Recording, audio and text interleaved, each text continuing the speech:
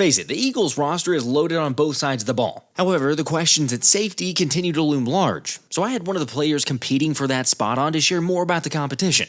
And let's just say there's a couple more reasons to be a bit more optimistic than we were initially. Plus, Vic Fangio might be leaning towards a sneaky option there. Meanwhile, the Cowboys keep offering up more bulletin board material, and Jalen Hurts is about to go off this season, so let's talk about it. But first, let's run it.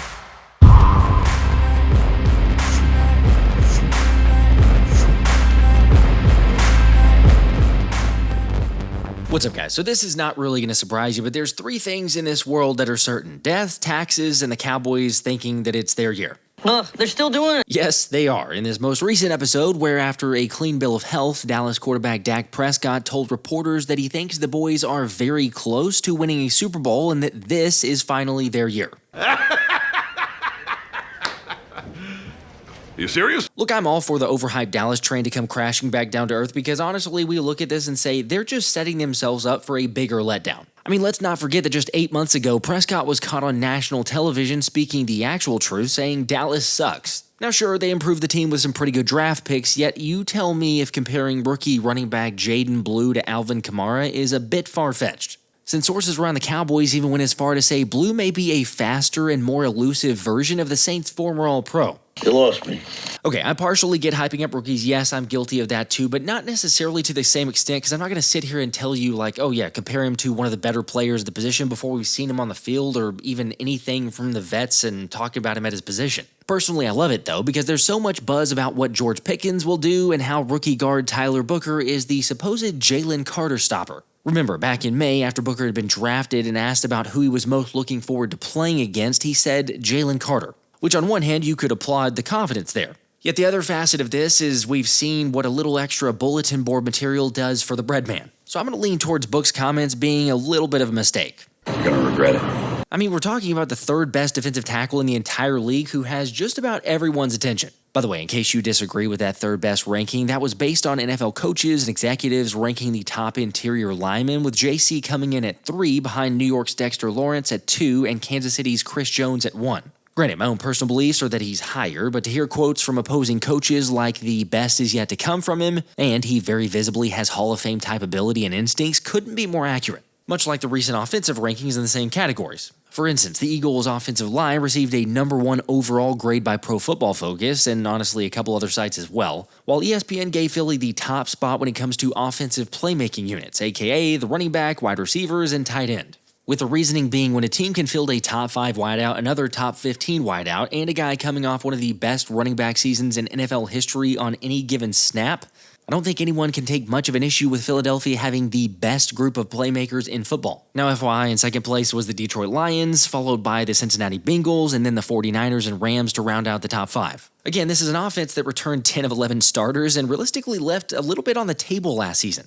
Yet despite all that Jalen Hurts did on the biggest stage in the Super Bowl, the feeling around the league remains that all you got to do is shut down Saquon Barkley and QB1 won't be able to beat you consistently. Obviously, that's just going to fuel Jalen, but Zack is right that if Hurts plays like we know he can, this team is going to be unstoppable. When that happens, because it's going to happen, can Jalen be the player he was in the Super Bowl? Because look, if Jalen's throwing the dagger to bring that back up with Devonta, if you're getting the ball out the way he is, if you're making these great throws when he is, this team talent wise is still like it's the best team in the league.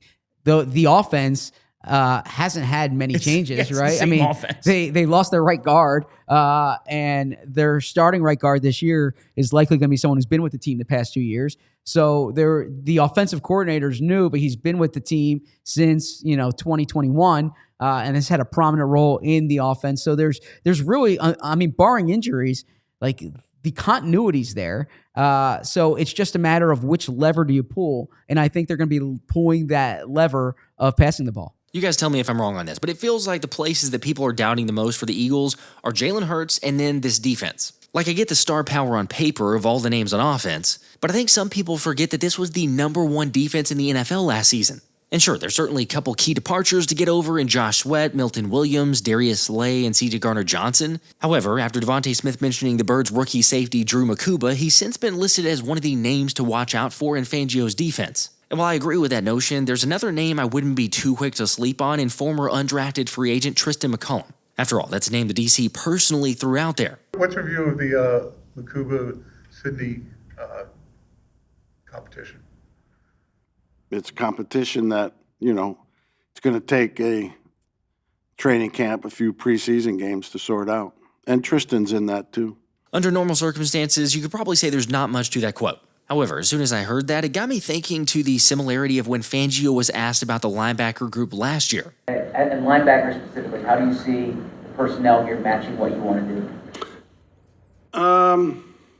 Well, when you say linebacker, I think inside linebackers. Okay. I think they're off to a good start. We've got Baun here who's played a little bit of inside linebacker in New Orleans.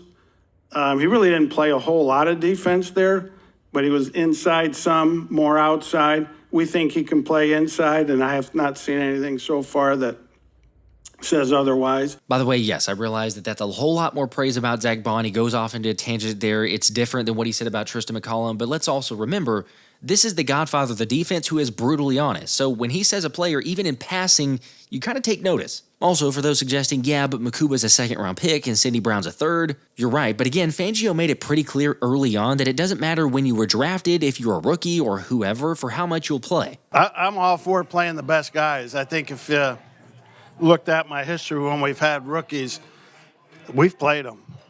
And provided they're good enough. We ain't playing somebody just because they're young. If we were an expansion team like I was in two places, we might just throw them out there to see what we got. But I don't, we got more serious business here. So if they're worthy of playing, they will play. That's why I'm saying don't be sleeping on any of those options. Okay, fine. I'll tell you what you should be sleeping on, and that's the sponsor of today's video, Bear Mattress. Now, I've talked about them on multiple occasions, but seriously, it's because after over a year with Bear's premium fiberglass-free mattress customized to the way I sleep, I've definitely noticed a difference. And right now they're offering a summer special, but if you go to bearmattress.com/Philly special, you can get a higher discount than what's being offered on site. Of course, don't just take my word for it, since Bear also ran a survey on over 300 of their recent customers where 82% saw an improvement in their sleep quality on their new Bear mattress. And heck, with studies saying you'll spend 26 years sleeping with the average person spending another 7 years trying to fall asleep, I don't know about you, but I ain't got 7 years to try to fall asleep. So here's what you do. Click on my link and take Bear's sleep quiz, and it'll remove all the guesswork on what you need.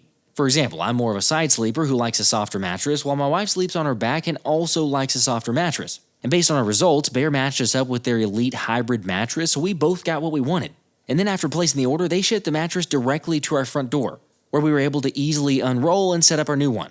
Also, just in case you're curious, all of Bear's mattresses are Green Guard Gold certified, Certi Pure US certified, and EcoFlex fiberglass free. With the best part to all of this being Bear delivers your mattress right to your door with free shipping in the US. I say it every time, and I understand if it makes you a little bit nervous to buy something that you didn't physically try out. I felt the exact same way, I totally get it, but what sold me was Bear's 120-night sleep trial. They also have a limited lifetime warranty, and they even offer financing options and flexible payment plans.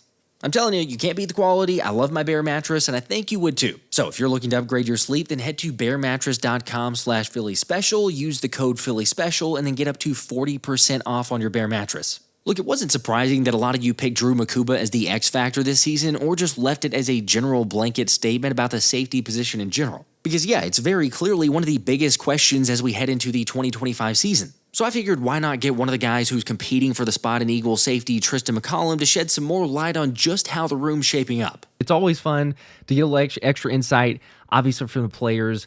I would say certainly for the safety position, because a lot of the fans, naturally, some understanding of like, okay, what's that going to be like? We'll get into all that talk, but I'm curious because, it's been the off season, or at least the lull since minicamp and then going to the training camp. So how's that been going? What you been up to? Man, it's been going great. Having to come down from that mountain that we ended the season with last year, it's been amazing. But, just like the team's philosophy is, back to work. It's a completely new year. We feel like we got a target on our heads, and we're really just all about grinding, getting back to the details, all the small things that got us there the previous year. There you go. That is, I think that's one of the pieces that keeps coming up, within most people's minds is like, okay, we were such a dominant team, obviously won the Super Bowl the way that happened, as you're mentioning there, but it's immediately or as quickly as you can, I guess, to turn the page and say, okay, now where do we go? So new goals, new sites, everything else with training camp only a couple weeks away. I'm sure that lots of goals have already been set to try to accomplish those. But people in the know, I mean, people are fascinated, and I totally understand this, but people are fascinated with Vic Fangio because he's a different ball coach. He's old school mentality. You don't see that too often. It's a breath of fresh air. Maybe sometimes to some people it's like, oh, that's pretty brutally honest. But I'm curious to get your perspective because obviously being very close and working regularly, being a player on that defense as a safety. But what's it been like to have Vic Fangio as a defensive coordinator? What's it like to be coached by him? No, yeah, it's been great. It has, like you said, it has been a breath of fresh air. He brings the old school mentality to a new school game at this point in time. And he's just very, very knowledgeable. He has a lot of experience, and you can tell that he wears that on his sleeve. He's very, very hands-on in terms of his coaching style, and the guys love him. He's a player's coach, and he's a coach's coach. Like he knows the game and how to express the game at all levels. I'm thinking about and there's been some conflicting reports, I believe, or maybe Fangio had kind of like dispelled those notions, but initially it was I think the talk of after you guys won the Super Bowl of coming in for the parade meeting or whatnot to go over logistics. And I think the rumor was that Fangio had held you guys back a little bit to say like, no, this was not this was not acceptable, basically, to allow the 22 points in the second half and all that other stuff. But then he was like, no, he's like, we didn't do that. And I'm curious to set the record straight because I've seen and heard different rumors and different stances.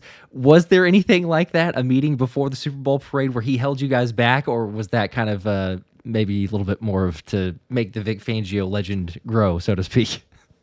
Yeah, I feel like it was a little bit of both. He definitely had said a couple words. It wasn't anything formal or anything like that, but he's an old school coach and he loves communicating and getting with his guys. So he definitely wants to keep the standard regardless of the stage. I can appreciate that. Never waste an opportunity to get better, and seems like that's what he's always doing. You've been naturally, but different defensive coordinators that you've played under and been a part of within the team. But is there anything you kind of alluded to it, I guess, with the sharing specifics for Fangio, but any like biggest differences or just like comparing defensive coordinators, kind of their philosophies and things like that? But is there anything that like really stands out to you from, hey, Fangio's like drastically different in a certain area, or just kind of a main topic there? I wouldn't say that he's drastically different, but I will say that he's just very, very sharp with everything that he does. I feel like because of his experience, he's seen an extremely high amount of football and been around an extremely high amount of players that he's able to explain the defense in high levels of detail while also still be able to relate to the players and communicate effectively to them. Like, I haven't really been around too many defensive coordinators that have been as hands-on with the players, more so them passing down the knowledge to the coaches and letting them handle it. But he loves to meet as a defense, and he loves to make sure that every level of the defense knows the details of everyone's job. And I feel like it just helps us play as a cohesive unit. He's seen so much, and he's not shy about sharing every single little experience he's been through. That's why I really did enjoy, I think it was maybe the immediate presser that he had, like the introductory one when he first came to Philly, and it was like, he's gonna praise people whenever they're doing well, but he's also gonna let you hear about it. There's areas that you need to improve, and hey, some players appreciate that type of coaching. Others, I won't name specifics or who, but other players may not, and so you take it with a grain of salt to get better from it. There has been though, and as fans and, super fans, we can kind of speculate, so I won't put you in the same boat, obviously, as you're on the team there, but Fangio has brought up your name in the past, and there's certain guys that he's brought up the name, and you kind of go, oh, hang on, okay, is he trying to tell us something? Again, I'll leave that where it is, but I am curious on your side, because going into this, like I mentioned, there's training camp coming up. There is a safety spot that, for all intents and purposes, outside looking at, is up for grabs. CJ Gardner Johnson no longer there. We got Reed Blankenship. There's a lot of different areas to go with that. What are your goals coming up for this, training camp, preseason, moving on forward? Oh, yeah, definitely have a good amount of goals, but really just try to keep the main thing. As it pertains to football and my job here, I try to relate it the best I can to just life, and that's just being better, every single day being better than the previous day. So every season being better than the previous season. So I'm really just trying to be better than I was last year. I'm trying to grow as a player, mentally, physically, emotionally, And luckily, we have a lot of guys that can up the competition. We have a lot of coaches that help with that. And so I'm not trying to, go out here and make any big statements. I'm just trying to be better than I was the last year. And what comes with that comes with it. There you go. Let the play speak for itself. I can appreciate that. You did mention the coaches, and they deserve a ton of credit. Fangio is naturally, defensive coordinator, kind of comes up initially to get that praise and credit. But sometimes I feel like Christian Parker, defensive backs coach, and Joe Casper, safeties coach, don't necessarily maybe get as much praise or credit as they deserve. You're working with them day in and day out. So could you tell us a little bit more about like how they impact your game and to improve the secondary and what you've really seen from that growth? Yeah, for sure. They definitely deserve their flowers. They're both really, really amazing coaches, amazing people.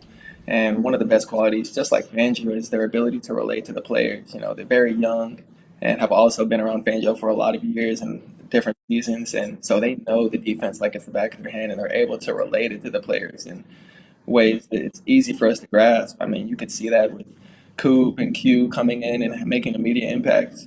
And that goes to show how great of players they are, and it goes to show how great of coaches we have in the DB room. We always meet as a group, corners, nickels, and safeties, and they're able to make us, work together at all levels, and everyone knows everyone's job. Everyone's close with everyone, and Christian Parker, he's so great at explaining techniques that, sometimes it feels like anybody can come in and play just because of how detailed they are. So JK as well, he's an amazing person, amazing coach, and his high level of detail is what sets him apart. Tristan, I think that's really special too. What you said, I mean, there's like a special chemistry within the team. I think everybody sees it from the outside looking in, but also to hear you say that, and it's fascinating. I agree with it though. Like with Christian Parker, it seems as if, as you say, that kind of anybody can come in there and have success because of his communication, attention to detail. Seems like it's streamlined all across the board with Fangio, as we were mentioning there, but also. We should say, or at least a little shout out to JK for the recent wedding. It feels like we were talking about before recording here, you and I, about it feels like ring season for just about everybody because you get the Super Bowl and Joe Gasper's getting married. We have Reed Blankenship recently. But it's not just the secondary. I mean, Lane Johnson not too long ago. Jalen was married. There's so many different engagements at this point. And then you even have one. So congratulations to you, which should be later down the line for the wedding. But that's big time. There's just something within the chemistry. So everybody deserves their credit. And like I say, ring season, not really a better time, I guess. No better time. It's one big happy family here, and that's one of the things that I love the most about this team is how close we are as brothers. I see every single one on the roster as one of my brothers, and you can come to anybody with anything. It's just one big family. That's awesome. Well, let me ask you too, because we talk about the safety spot. Obviously, Reed Blankenship is there. Slay, before he had left, I think on one of his podcasts had kind of referenced like Reed Blankenship is kind of the next leader of the secondary, like that he's at that spot and kind of tip his cap to him. Makes a whole lot of sense. But playing next to him, what is that like out there? I guess practice as well, but like game or practice, just getting in reps. What is it like playing next to Reed? Man, it's great. He's one of the heartbeats of the defense, and he's one of the voices of the defense, and he's the voice of the secondary. He makes sure that everyone's on the same page. So going out there and playing with him, he makes the game easy. He makes the game simple. At safeties, you want to have a relationship with the other person on the other side of the field, and it's very easy to go out there and play with him because he makes sure that everyone's on the same page. He makes sure that everyone's calm, and he plays the game with like a level of calm, but also a high level of aggression that it's great to watch. His consistency is undeniable. Definitely have seen that quite a bit. The next maybe pressing question though is too, with his whole exciting mics and that taking off, understandably so, very popular, whatnot. When's your you got to get an invite for that episode, right? Like they just roll down the list of players. I mean, it feels like the safety room. You kind of have an extra in with Reed. You just go up to him and be like, "Hey, man, I'm good. Let me know when you want to record." No, yeah, for sure. Hey, maybe coming soon. Hey, we'll see. There we go. Okay, well, just another plug. If anyone's watching, or if we had the exciting mics reach out a couple times, at least the producer. So if anybody's watching, Tristan is available. I'm just saying, make that thing happen. Would be a pretty good episode. With you also mentioned the other, I guess the second half, or I shouldn't say the second half, but the other half of the exciting whites in Coop and Q. Life looks a whole lot easier playing with good cornerbacks too, not to take anything away from safety play, but you got guys like Quinion, like Cooper DeJean who come in. Credit to Christian Parker, as we mentioned as well, to get those guys ready. He's kind of had that in his resume throughout his career, coaching Patrick Surtain whenever he first came in. So he's coached a bevy of different guys, but the work speaks for itself. What is that like though, with the talent and ability of having corners like that in front of you? Man, it's great. Like you said, it makes the safety's job a whole lot easier when you have guys like that that can put the hard hat on and cover on those hard downs, or can beat up receivers at the line of scrimmage getting reroutes. So, both of them coming in and then immediately playing at a high level, it's been a blessing towards the team. They both play with a very high level of calm and poise that I feel like is very, very contagious for the entire defense. But, for guys, playing off the ball about 10, 15 yards, they make it a whole lot easier because the trust that you have that they can handle their hard hat, they can handle these receivers that have an extreme amount of speed and agility. It's very easy. Man, I'm excited to, it's like year two, and I was kind of, I don't know at what point, there was a certain point, I can't really put my finger on exactly when, but it's like last year there was a moment where I was like, man, this secondary is like locked down. Like, it's crazy, because there's maybe some spells or notions, and you were obviously with it with 2023 and kind of the collapse towards the end. And so that there were moments of like, oh my gosh, here we go again. And of course, it had to be against Tampa this year before the bye week, and your brother of getting absolutely shellacked before we kind of the team came together, and we're fine after the bye week. But did he let you hear about it at all? Zion, your twin brother, I think most people know. If not, your twin brother Zion plays for the Bucks. Does he let you hear anything at all? Like, because they got two in a row. They've gotten two in a row over the past on us now. Oh yeah, he definitely. Okay. He's still up here. We have the rematch coming up again this upcoming season, so he's letting me have it. But it's only due time that we will get that back. Okay. But, okay. Good. It's funny. We can return the favor. Hopefully, I did find it a little bit ironic of like, man, the NFL is going to make you guys go to Tampa. And I think it's the exact same day, if I'm not mistaken, like the exact same day, or maybe one day different from last year. So it's basically the same time as last year. It looked incredibly hot. The sound of the weather forecast and all that seemed like it was ridiculous. But what was it like being there? Like it looked miserable. Man, yeah, it was very, very hot. I do a lot of my off-season training in Texas and Florida to try to acclimate to that heat. But it was very, very hot. And my brother, him being down there, he let us know, or let me know, it's going to be really, really hot. Hope y'all ready. And I'm jokingly like, man, it's not going to be that hot. It's not going to be a factor. But it was a factor. So we'll be sure to stay in the sauna all week and prepare for that. There we go. Yes. Yep. Return the favor. Make sure that they know. Because I guess 3 games ago would have been the Monday night game where Philly did take it. Like there was a big win, and then the playoff game was not as great, and then obviously last year. So we're due to go ahead and return to Cinder. But I think it's great. Making the playoffs next year, hopefully they can come up to Philly when it's colder, and they can get a taste of that. Yes, I think it's only right. It's only fair if they get a taste of Northeast cold. Have you adjusted, by the way, because being from Texas? Little bit of a difference, as you say, for the weather forecast there versus Philly. What was maybe one of the biggest differences, but have you adjusted in that sense? Yeah, you get used to wearing more layers. But it's nice. It's been an adjustment for sure. It's really, really cold. And it gets really, really cold in Texas. It's just not cold for as long.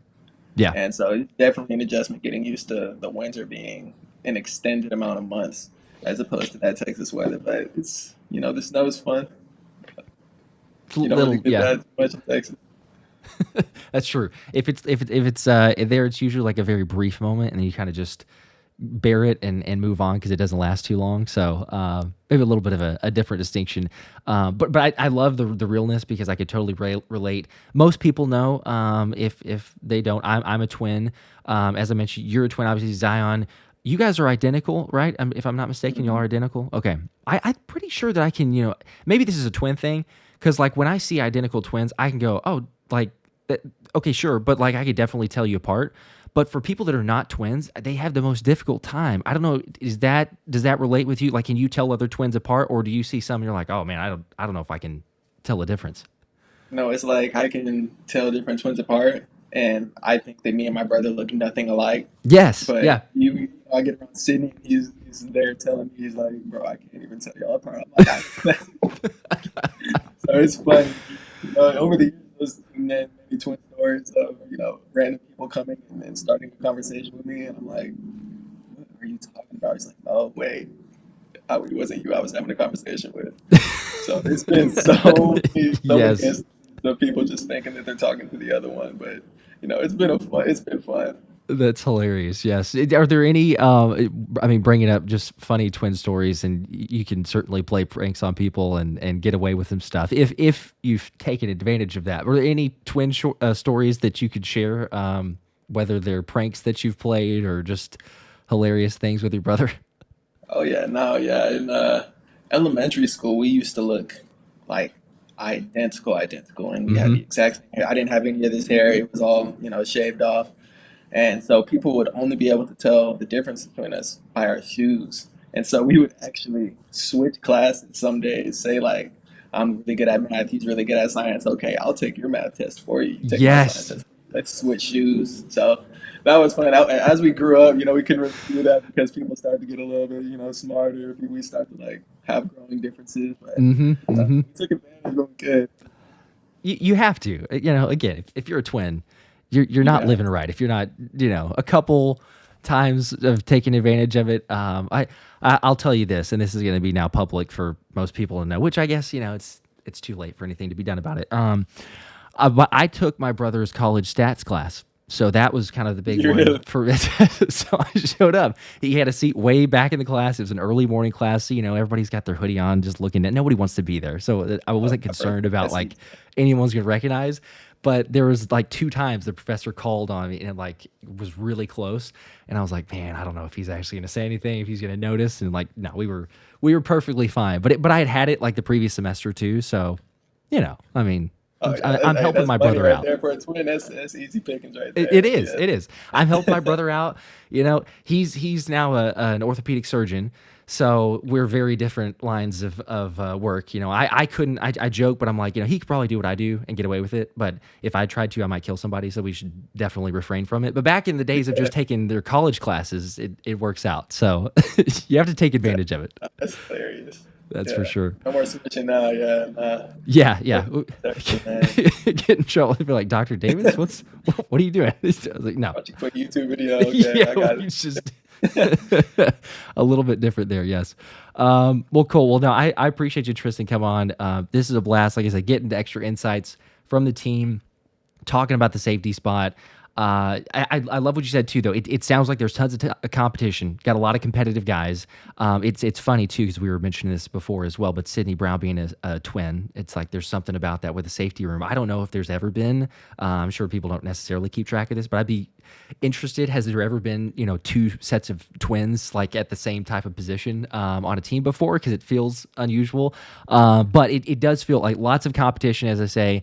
But as you were mentioning earlier, it's like that healthy competition. Iron sharpens iron. I think Sirianni and others have said that before as well. So I don't think that we can really say enough about the chemistry. It looks like that from the outside looking in, but it sounds like you can kind of speak to the same thing as well. No, yeah, for sure. The competition in that safety room is deep, but it's a big family. We all want to see everybody succeed. Everyone's helping everyone. At the same time, everyone's young, vibrant, excited, and really everyone's trying to make a name for themselves in this league. So, we're all making everyone better, and we're doing it with a smile on our face. Happy for each other's success. But it's a great competition. It's the exact competition you would want at an open safety spot like that. So. There we go. Last question here, because a lot of people are interested and curious as well. Devonta Smith at his celebrity softball game had been asked about, different rookies and people standing out and whatnot. He couldn't quite either think or say Andrew Mukuba's name, but he did at least say the Texas safety, the rookie, the Texas safety. So he got enough out there to understand who he's talking of. What have you seen so far from the rookie, very early stages, I know, but just kind of grasping being in the NFL? Oh yeah, he's very bright and he has a very bright future ahead of him. Like he's played a lot of football in college, and you could tell, he gets out there, he's very, very smart, very witty, is able to pick up things really, really quickly. And, I think as soon as he can pick up the game on a mental standpoint, his physical attributes will take the rest. He's like I said, he has a very bright future. Very excited to see the impact he's going to make for our team. Heck yeah. We can't wait, man. I mean, I know that it's probably nice to get a little bit of break because you guys got the long grind of the season and everything else. But as fans, It's like as soon as minicamp ends, it is the longest month and a half in our life because it's like, please get back to football. We're a couple weeks away, so that's good. But enjoy it. Get some rest. Be ready for the season. Best of luck to you. We're to be rooting. I appreciate you coming on, and who knows, hopefully another one of these in the future. But best of luck to you. For sure. I appreciate you having me, man. All right. Once again, big thanks to Tristin for hopping on for the interview. I know the guys are busy trying to prep for training camp, so kudos for him for hopping on there. Really cool to get some extra insight. Make sure to like if you haven't already, subscribe, share it out to everybody else that you can think of, and stay tuned. We're working on this big project. We're getting closer. It's almost there, so be on the lookout. I'll catch you on the next one. This has been the Philly Special.